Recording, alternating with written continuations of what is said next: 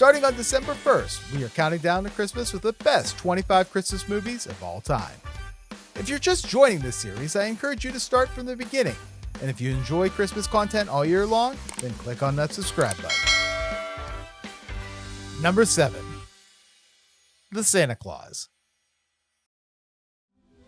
Santa's origin story gets a new take where a normal person agreeing to a contract follows a legally binding agreement that upon putting on the suit transfers the role of Santa Claus and forever makes people misspell Claus with an E. This is the Santa Claus. Somebody's on the roof.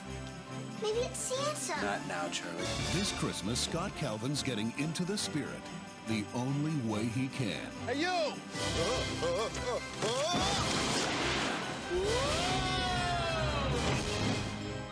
By accident. If something should happen to me, put on my suit. The reindeer will know what to do. Check out Santa's sleigh! Santa Claus. The Santa Claus? What does that mean? It means you put on the suit, you're the big guy. Ha! What, you put on a little weight? Does this look like a little weight to you? You look distressed. I'm way past distress. I'm talking to an elf. He's not Santa. Oh my God. He is too, Santa!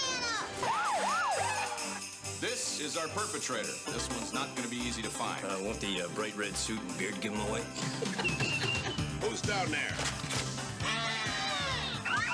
Santa, your father this year. Have a piece of fruit, for God's sake. This holiday season, Incoming! Tim Allen is giving till it hurts. The Santa Claus.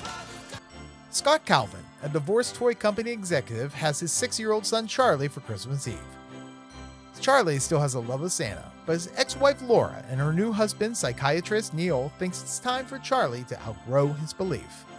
After Scott accidentally burns their Christmas turkey, he and Charlie end up eating dinner at Denny's before heading home for the night. That night, they're awakened by noises on the roof. When Scott goes to investigate, he startles Santa Claus, who slips, falls off the roof, and disappears, leaving behind only his suit and a business card explaining that whoever wears the suit assumes all of Santa's responsibilities. Nice coat. Well? How do I look? Nice? You've got the sash. You're right. This completes the ensemble. At Charlie's urging, Scott puts on the suit and finishes delivering the presents and traveling to the North Pole.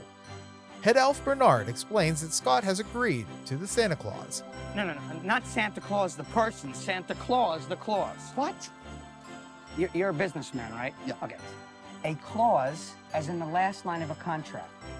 You got the card? Yeah. Okay, look. Santa Claus. In putting on the suit and entering the sleigh, the wearer waives any and all rights to any previous identity, real or implied, and fully accepts the duties and responsibilities of Santa Claus in perpetuity until such time that wearer becomes unable to do so by either accident or design. What does that mean? It means you put on the suit, you're the big... A legally binding contract making Scott the new Santa. He has until Thanksgiving to get his affairs in order before reporting back to the North Pole. The next morning, Scott wakes up at home, believing it was all a dream, until he notices he's still wearing the North Pole pajamas. Charlie tells Laura and Neil that his dad is the new Santa, who are concerned that Scott is encouraging Charlie's delusions. Scott begins to physically change, gaining weight, growing a white beard, and knowing which children and ladies are naughty or nice. Johnny, naughty.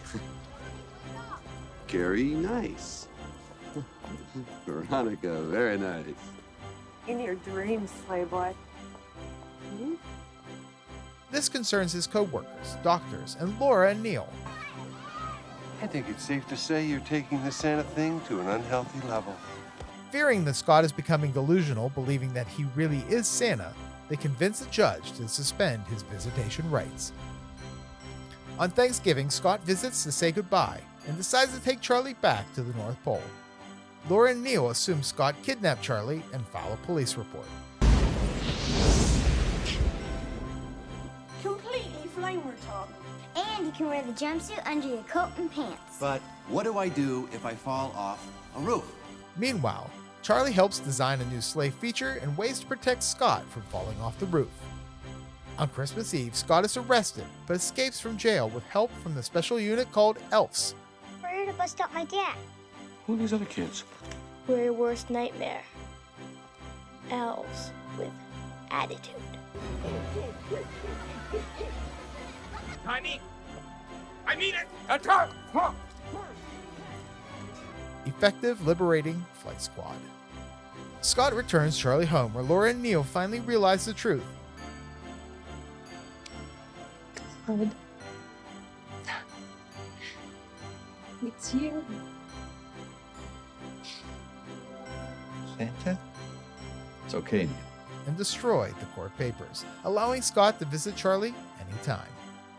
He takes off into the night sky, but quickly returns when Charlie shakes the snow globe to see his dad again. Oh. As Charlie joins him, delivering presents around the world. So why is this on the list? In the early 90s, Tim Allen had become a huge star thanks to his show Home Improvement. As the face of ABC television, Disney capitalized on his popularity, putting him into the role of Santa.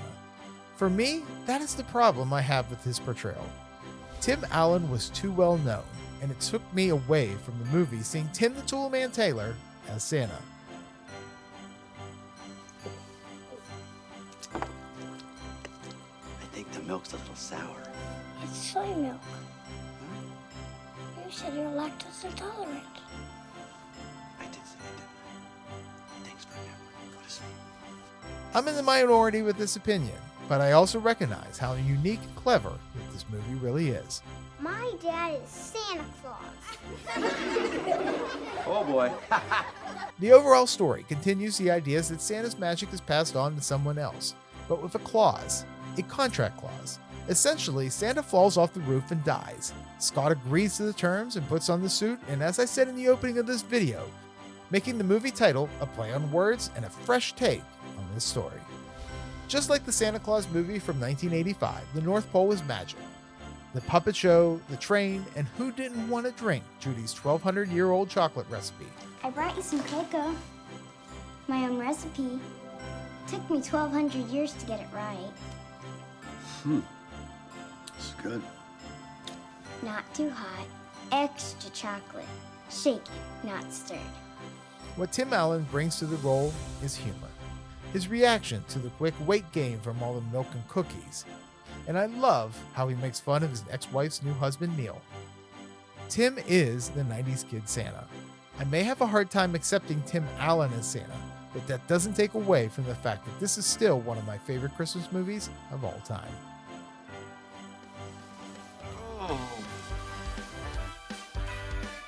Tune in tomorrow as we continue counting down the top 25 Christmas movies of all time. I'm the Christmas Aficionado, and remember, stay off the naughty list.